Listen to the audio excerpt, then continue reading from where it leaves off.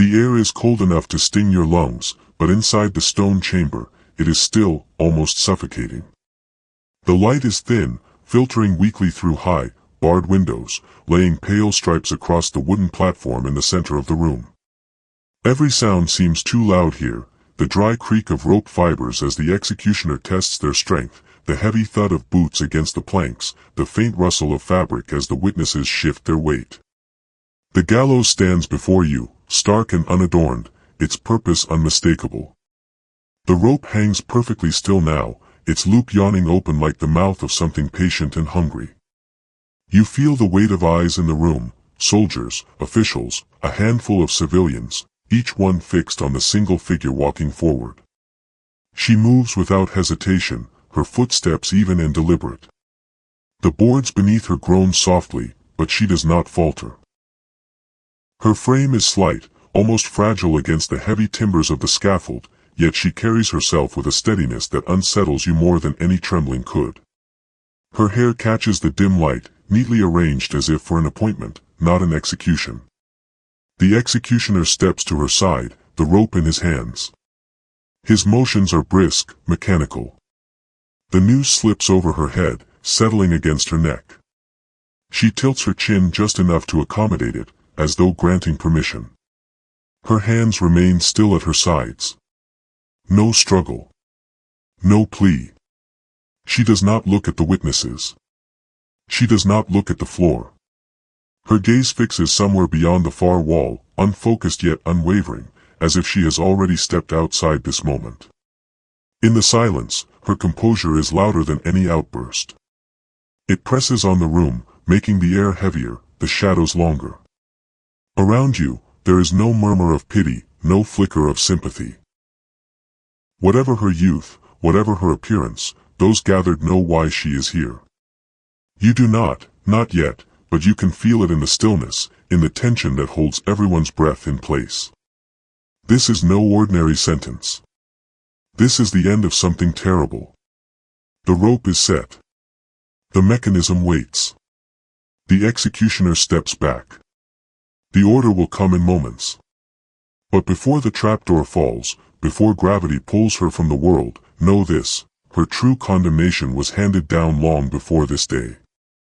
Not by the judge, not by the law, but by the voices of the broken who survived her, and by the silence of the countless who never lived to speak. April 1945. The war is in its final, violent breaths. You follow the British soldiers through the splintered gates of Bergen-Belsen, stepping into a place that feels abandoned by every law of humanity. The air strikes first, a sour, choking stench that clings to your skin and burrows into your lungs. It is the smell of disease, of rotting flesh, of thousands left to die where they fell. The ground is uneven, not from earth, but from bodies. Over 13,000 lie unburied, twisted in positions that speak of agony in their last moments. Between them, tens of thousands more are alive in name only, skeletal, hollow-eyed, draped in rags. They do not stand, they sway, they crawl, they sink back to the mud as though the effort to rise has cost them what little life they had left. Typhus and dysentery rage unchecked. The barracks, if they can still be called that, are little more than wooden coffins without lids, each crammed with human forms stacked in layers. Soldiers step carefully, not from fear of the enemy, but from the risk of crushing the living who lie among the dead. In some corners, moans and whispered prayers mingle with the dry rustle of straw and the wet cough of the dying. One soldier, hardened by years of war, later writes that Bergen-Belsen was the kingdom of the dead. Another admits that no battlefield had prepared him for this. In their official reports, the British list over 60,000 prisoners found alive, though alive is a fragile word here. Many will die within days despite liberation. And then, in the midst of this devastation, you see her. She is not hunched with hunger. She is not smeared with filth. Her uniform is pressed, her boots polished. In one gloved hand, a whip rests loosely, its leather worn from use. At her side, a German shepherd sits alert, ears forward, awaiting the slightest command. Her face is calm, almost bored, as though none of this, not the corpses, not the suffering, not the foreign soldiers at the gates, has anything to do with her. A captain, expecting defiance or panic, steps toward her. There is neither. She does not run. She does not flinch. She meets the gaze of her captors with the composure of someone greeting an unremarkable visitor. There is no sign of remorse, no shadow of fear. Only the faintest narrowing of the eyes, as if calculating what comes next. The soldiers know instantly that this is not another prisoner. They have been warned about certain guards, names spoken in fragments by those strong enough to whisper them. This woman matches those warnings. Her presence feels wrong here, not because she stands apart from the chaos, but because she seems untouched by it. Among the starved and the broken, she is whole. Among the silent, she has the power to command. You watch as they disarm her, take the whip, pull the dog away. Her hands remain steady. The camp burns into the memories of every soldier who steps inside that day, but for many, it is her face, clean, composed, and utterly unshaken, that will haunt them longest. If you think the world can afford to forget moments like this, you are mistaken. Subscribe to Grim Histories so these truths remain in the light. And if you choose not to, tell us in the comments why your silence is worth more than their memory. The soldiers lead her away from the main yard, past rows of prisoners too weak to lift their heads. Some recognize her and turn their faces toward the ground. Others stare openly, their eyes burning with something between fear and hatred. A few muster the strength to spit in her direction, though the gesture costs them. She does not react. The officer walking beside her notices the way she scans the scene as they pass, not like a woman seeing it for the first time, but like one inspecting her own work. Her gaze lingers on certain barracks, on the heaps of discarded clothing, on the fenced-off areas where the sick have been left to die. It is the look of someone accustomed to control, even when control has slipped away. Outside the main compound, a group of soldiers questions the surviving prisoners. Names spill out. Names of those who ordered beatings, who starved them, who sent them to their deaths. Again and again, one name surfaces. They point in the direction she has been taken, their voices cracking but urgent. Some call her the Blonde Wolf. Others whisper a different name, one that will soon spread beyond the camp, Hyena. Within hours, the British have confirmed who she is. They already know the accusations, the whippings, the dogs, the selections for the gas chambers.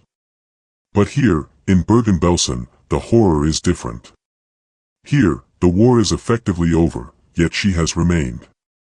She has chosen to stay in this graveyard of the living, not to ease the suffering, but to maintain her dominance over those too far gone to resist. That choice is what freezes even the most battle-hardened soldiers. War can make monsters of men, but the war is ending. Whatever she has done here, she has done in the absence of orders, in the shadow of defeat. It is cruelty for its own sake. As they place her under guard, one soldier remarks quietly to another that he has seen death in many forms, but never before has he seen it smile. She was born in 1923, in the quiet folds of rural Germany, a countryside of rolling fields, timbered houses, and narrow dirt lanes where the rhythms of life were dictated by the seasons. This was a land still scarred by the First World War, where the soil was tilled by hands worn thin from labor, and where the political storms brewing in Berlin felt distant, yet inevitable. Villages like hers had little of the city's bustle. They were pockets of tradition, bound tightly by family, faith, and an unspoken code that life was hard, and survival meant endurance. The Germany of her childhood was a nation balancing on the edge of despair. The economic crash of the late 1920s and early 1930s bit deep into rural communities. Farmers sold milk for less than it cost to produce it. Children wore hand-mended clothing until the fabric itself gave way. Hunger was never far from the table. And yet, in these small towns, people clung to the idea that order, any order, was better than chaos. Her family life, however, would fracture long before the war. When she was just 13, her mother, weighed down by years of hardship and a darkness that could not be seen but was deeply felt, drank acid in the family home. Historical accounts suggest it was a desperate act, the culmination of personal despair in a world offering little comfort. The agony of her death lingered in the air for days, and in the minds of her children for a lifetime. For the siblings, the loss was like the tearing away of the only shelter they had ever known. For her, it was the point where whatever innocence she carried began to slip away. Her father, already distant, became colder still, a man of silence rather than solace. There were no soft words, no reassurances, only the unyielding expectation to work, to endure, to carry on without complaint. The home grew quieter, not in peace, but in absence. By 15, she had left school.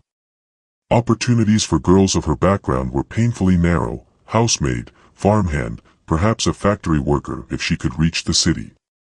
But the cities were far, and the family's means were meager. What she found instead was something else, something that promised more than wages. It offered structure, pride, and the illusion of belonging. The League of German Girls, the female branch of the Hitler Youth, became her new world. On paper, it spoke of health, fitness, and service to the nation. In practice, it was a crucible of ideology. Here, mornings began not with the voices of parents, but with the barked orders of uniformed leaders. Days were filled with drills, parades, and endless repetitions of slogans that painted obedience as the highest virtue. The young were told that their worth was measured by their loyalty to the Führer, that their bodies were tools for the state, and that compassion was a weakness that could erode the strength of the nation. There were lessons on hygiene and motherhood, framed not as personal growth but as preparation to serve the racial and political goals of the Reich. Physical endurance was tested through long marches and labor projects. Discipline was enforced with a cold precision. They learned to sing the same songs, to think the same thoughts, and, most dangerously, to silence any flicker of independent conscience. From these ranks, the SS found recruits. The step from marching in formation to standing guard over prisoners was not as far as it seemed.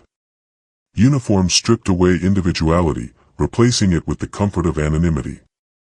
Orders replaced questions. Duty replaced doubt. For those who proved themselves willing, training for camp service followed.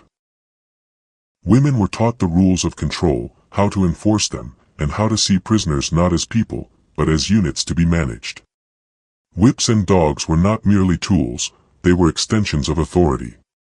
Each step deeper into this system blurred the line between survival and submission, between service and cruelty. If you believe that blind obedience to evil should always be remembered for what it destroys, hit subscribe to Grim Histories. If you won't, explain why in the comments. I want to read every excuse. Ravensbrück was not a place for redemption. It was built for containment, control, and slow destruction. North of Berlin, set against a gray lake and ringed with barbed wire, it was the only major concentration camp built specifically for women.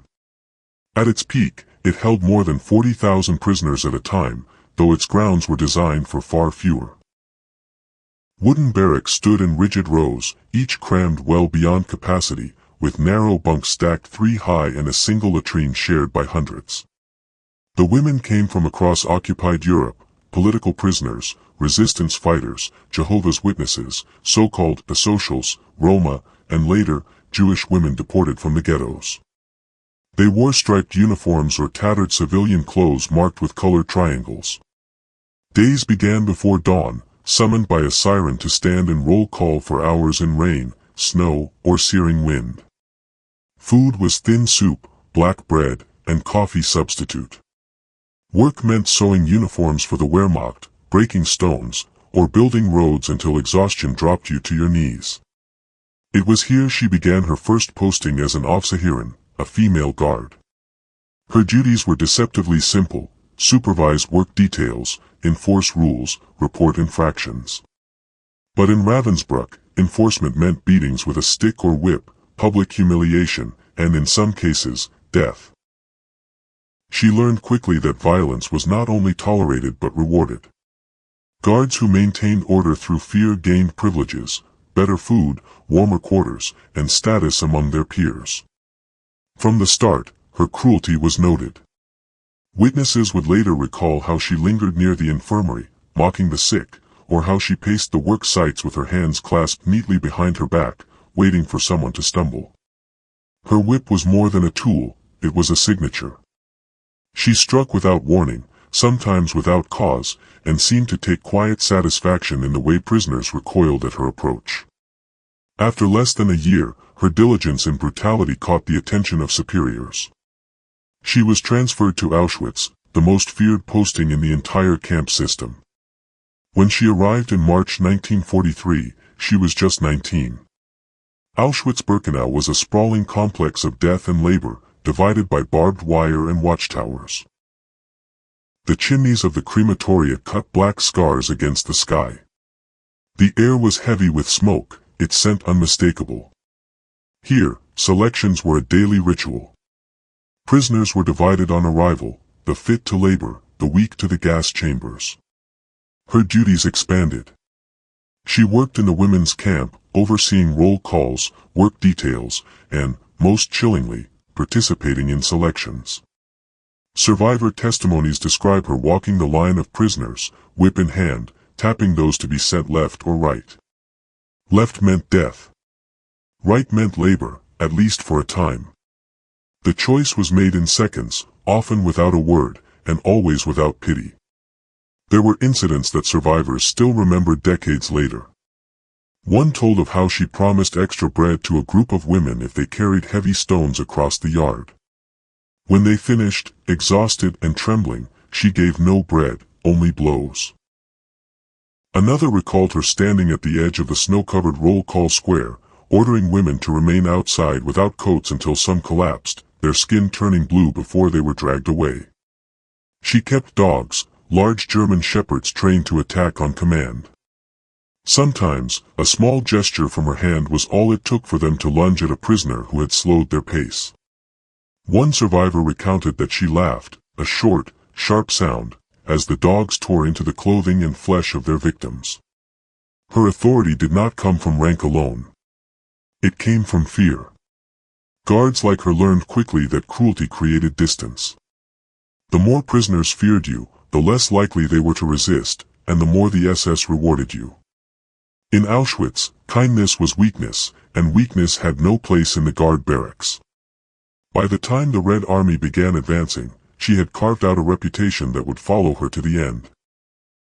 Not merely as a guard, but as a presence prisoners recognized instantly, the polished boots, the whip, the faint, cold smile. You're hearing this because someone survived to tell it. Subscribing keeps these voices alive. If you think it's not worth it, tell us why, and say it to the survivors' families reading the comments. By the final months of the war, the Reich was collapsing in on itself. The front lines crumbled under the Allied advance, and the Nazi command began evacuating camps in the east. Prisoners were forced onto death marches or crammed into trains, bound for camps deeper inside Germany. Bergen-Belsen, once a holding site for political prisoners and exchange internees, became a dumping ground for the sick, the dying, and the displaced. It was into this chaos that she was transferred. By early 1945, Bergen-Belsen was no longer a functioning camp in any meaningful sense. It was a wasteland behind barbed wire. The barracks overflowed, some holding 2 or 3 times their intended capacity. The latrines were pits of filth, the water supply, contaminated. Food rations were almost non-existent. Typhus spread like fire in dry grass. In February alone, thousands died. The corpses lay unburied, stacked between barracks or left in shallow pits that offered no barrier to the stench. The guards avoided the infected areas, but not out of mercy, only fear of catching the disease themselves. Here, in the final collapse, her cruelty did not diminish. Survivors recalled her patrolling with whip and dog, forcing skeletal prisoners to carry the bodies of the dead to mass graves.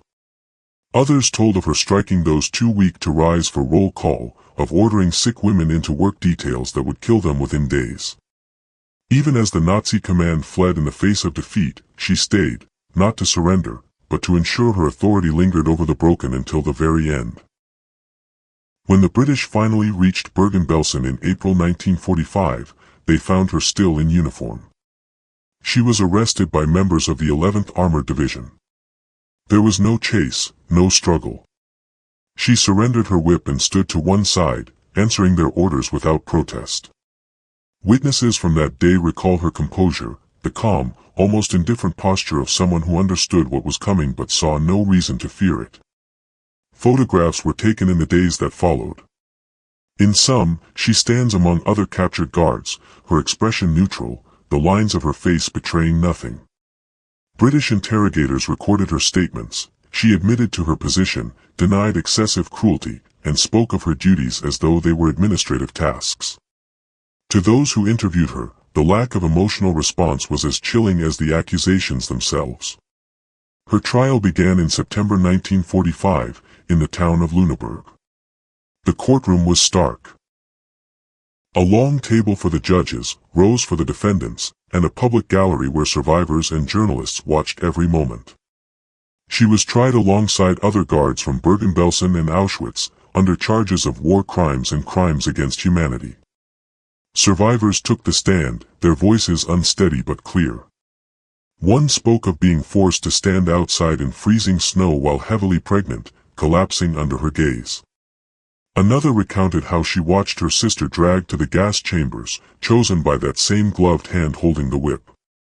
A third described the dogs, how they lunged without hesitation at the smallest gesture. Through it all, she sat still. She did not avert her gaze. And then, in one moment that would etch itself into the memory of the court, a survivor broke down while describing her sister's death. In the silence that followed, a faint curve appeared at the corner of the defendant's mouth, not a smile of relief, but of something darker. The press would call it the smirk, and it would become a symbol of her you. Some people think history is just dates and names. But in that courtroom, justice had faces, and voices. If you care about telling them, subscribe to Grim Histories. If you don't, leave your reason in the comments and stand by it. The verdict was read on a cold December day in 1945. Death by hanging. No appeal. No delay. The words carried no hesitation, no room for negotiation. She stood as the sentence was delivered, her expression unchanged. There was no gasp, no outburst, no visible fear. If anything, her composure deepened, as though she had expected this from the moment the trial began. The morning of December 13th was silent within the walls of Hamelin prison. Britain's chief executioner, Albert Pierrepoint, recorded the details in his memoirs with clinical precision. At 9:34 a.m., she was led from her cell to the execution chamber. She walked briskly, her steps measured, as if she were late for an appointment. Her uniform was replaced with plain prison clothing, but the erect posture, the neatness of her hair, and the stillness of her eyes remained unchanged. Pierrepoint noted that she ascended the scaffold without falter. The chill in the room was sharp enough to frost the breath of those watching, but she seemed untouched by it. When asked for her final words, she gave only one, schnell. Quick. Not a plea for mercy, but an order, as though she were still the one giving commands. The noose was adjusted. The trapdoor released. By 9:40 a.m., it was over. Her body was buried in an unmarked grave, the location kept strictly secret by British authorities. The reasoning was clear: there would be no site for sympathizers to gather, no martyrs' resting place for neo-Nazis to claim. Official records sealed the location, and those who knew the truth took it to their own graves. But absence did not erase her. In the years that followed, her name appeared in books, interviews, and documentaries. Her photograph, youthful, almost ordinary, became one of the most haunting images of the post-war trials. The face was not monstrous, yet the deeds behind it were beyond dispute. Historians and psychologists have argued for decades over what she represented. Was she the product of a poisoned ideology, molded by propaganda and indoctrination until cruelty became reflex? Or was she a willing participant who embraced violence because it offered her a sense of power she had never known? Some say she was simply a sadist, an anomaly. Others warn against dismissing her as inhuman, because that word allows us to believe such evil is impossible within ourselves. The more unsettling conclusion is this: she was human. Entirely, recognizably human. She laughed, she walked in the sun, she braided her hair. And yet, she wielded the whip, unleashed the dogs, and sent countless to their deaths without hesitation. To look at her is to confront the possibility that the line between ordinary and monstrous is far thinner than we would like to believe. If you think people like Irma Grese could never exist again, you're wrong. That's why Grim Histories exists. Subscribe, or explain in the comments why you think history can be ignored without consequences. So now you are left with the question no court can answer, no historian can silence. If it had been you standing in her place, wearing that uniform, breathing that air thick with fear and power, what would you have done? Would you have resisted, knowing that resistance could mean your own death? Would you have stayed silent, convincing yourself that silence was not the same as approval? Or would you have followed orders, telling yourself it was not your choice to make? It is easy to condemn her from the safety of distance, to draw a clean line between her world and ours. But the echoes of those choices have never truly faded. They remain in the headlines, in the conflicts, in the moments when the powerful turn away from the powerless. The uniforms change. The slogans change. The faces change. The temptation to obey without question does not. History doesn't end. It waits for us to repeat it, unless we remember.